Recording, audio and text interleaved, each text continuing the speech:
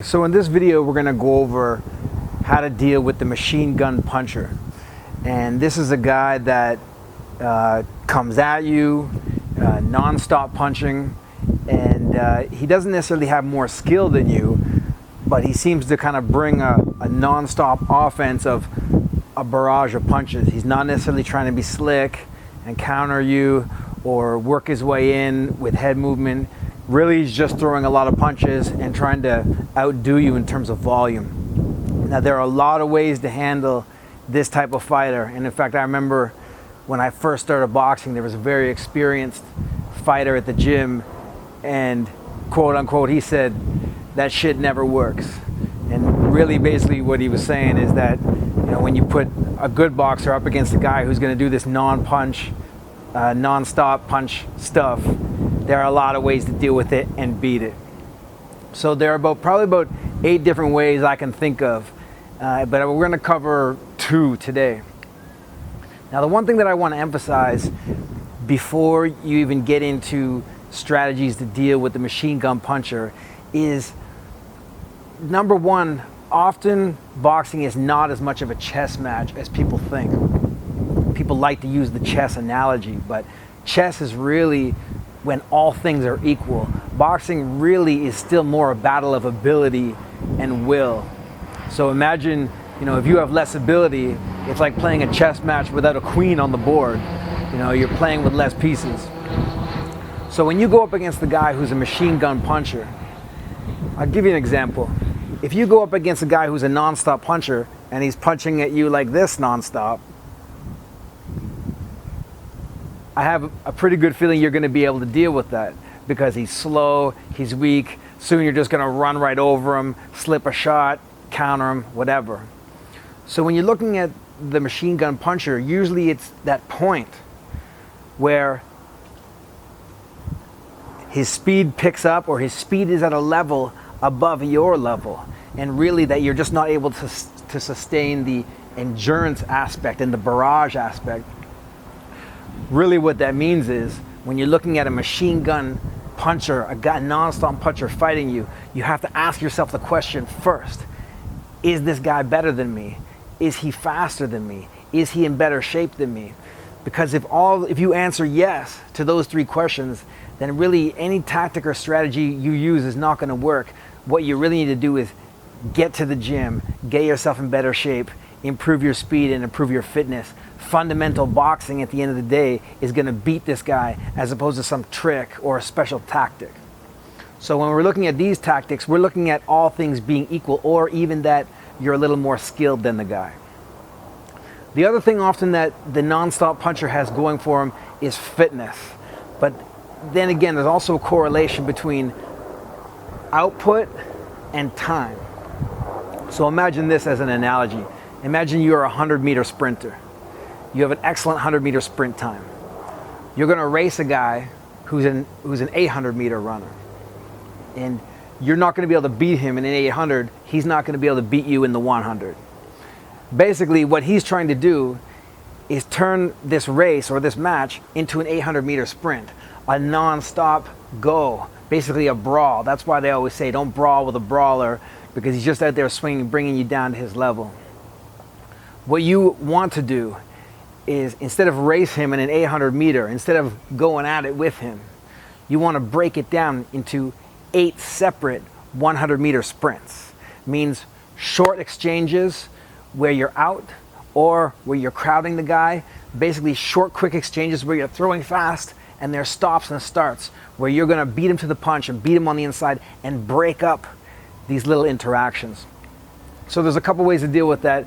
We'll go over number 1 in a second. First thing that you do not want to do against the machine gun puncher is you do not want to be on the end of his punches retreating at a mediocre speed or a medium speed. So for example, you don't want to be doing this.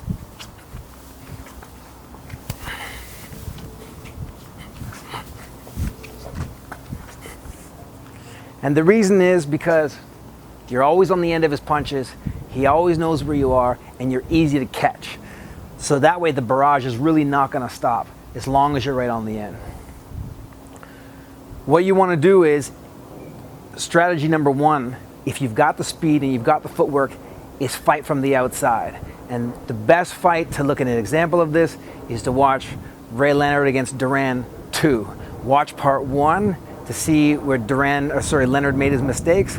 Watch part 2 to see the difference.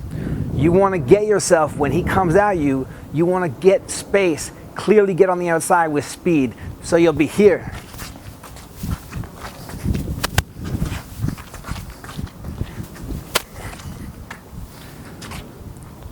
Really all this takes, what this takes is good footwork, good speed, good conditioning, but you have to hustle it.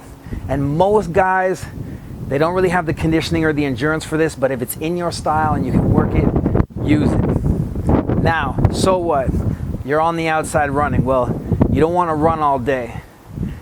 When you're on the outside running, the advantage that you have is he can't catch you. You have the speed, you have the edge. So you have the ability to be first, to attack first. You're on the outside, he's chasing you, can't catch you, then you go. The key to this is the ability to attack from motion. Here's what you don't want. You don't want to be on the run and then stop and then go. Why? Because he's chasing you, he's chasing you, he's chasing you, and suddenly he knows exactly where you are, and when you're going to attack, you're suddenly here, and then he goes boom right at you. And then what happens is it's just a matter of timing. Who's going to time the person better?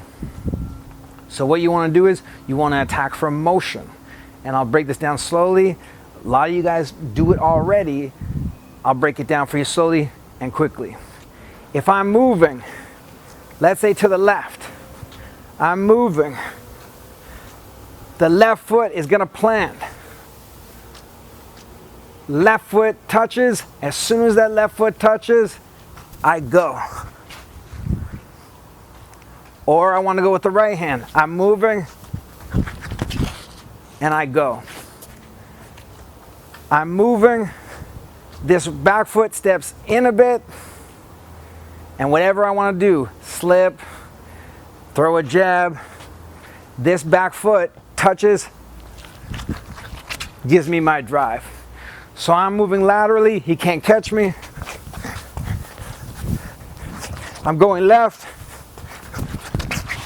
I touch that back foot and I go, and when I'm done, I get out and I'm back on my bike riding around, attacking from motion, not running and then stopping. I'm going to go to the right. I'm avoiding him. I'm doing it slow. I'm avoiding him. I could be this way. I could be here. Right foot touches. I go. And I'm first on the attack. I'm going to beat him to the punch while I'm playing my outside game. I'm moving. And then I go. I'm moving. And then I go. I steal a little bit of space with that right foot, and off of that right foot, I go. You do it slow, it's easy. I'm moving to the left. Pop, pop, pop. I'm attacking from motion. I go to the right, and I attack from motion. So strategy number one is with this guy. When he's coming at you, blaze with your feet. Get on the outside. Don't let him catch you.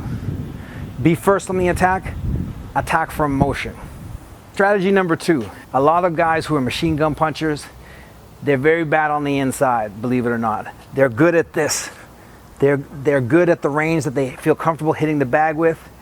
Since they're active fighters, they also are expecting you to move back. So what do? You let him come into your range and you crowd him and you work fast on the inside and you turn him. Okay? So here I am, I'm moving. He comes at me. I have my guard high. When he comes at me, I'm going to move my body a little bit just to make sure that his punches don't hit me flush. So he comes at me, I'm swiveling, or I'm here, moving my feet, dropping, here, covering. I let him get on the inside. Once he gets on the inside, I take another half step. I can drop with it. I can step in with it. Whatever I do, I want to get his punching range from here to here. I want to make him feel like I took a heavy bag and put it right in front of his face. You step in with him, tight. You cover.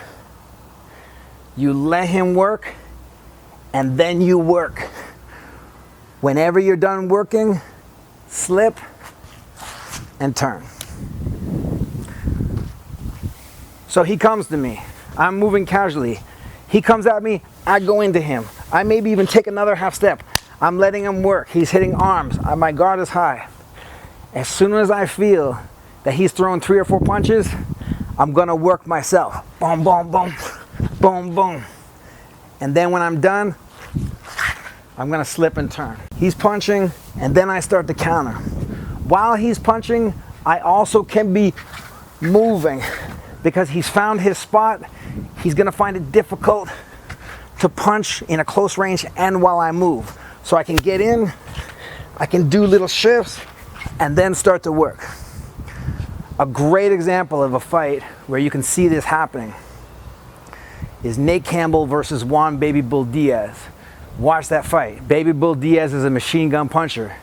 Nate Campbell let him work and then started punching in between his punches, started beating him on the inside, cover and counter, outworking him at his own game on the counter punch. But it takes some tight defense, good reaction. And again, this is the whole instance of taking an 800 meter and breaking it down into little 100 meter bursts. So once you get on the inside, crowd this guy and then work and then get out. Work and get out. And then you can go again if you want. Okay, so those are 2 strategies for dealing with the machine gun puncher. I have more that I'm gonna post. First thing is, be realistic about your boxing and assess your boxing. Is this guy a machine gun puncher or is he just better than you? If he's just better than you, that's actually pretty good news because all you gotta do is go put in some hard work in the gym, elevate your game. You don't have to think about anything special. 2 strategies based on your style. Work from the outside. Attack for motion, like Sugar Ray Leonard. Or get on the inside, tight, cover, crowd this guy, make it uncomfortable for this guy. You have to have an inside game if you want to do this. If you don't have an inside game, develop your inside game. Cover and counter like Nate Campbell did against Baby Bull Diaz. And check out these fights. These are 2 ways that you can deal with the machine gun puncher. And I hope it helps. All right, thanks for watching, guys. Peace.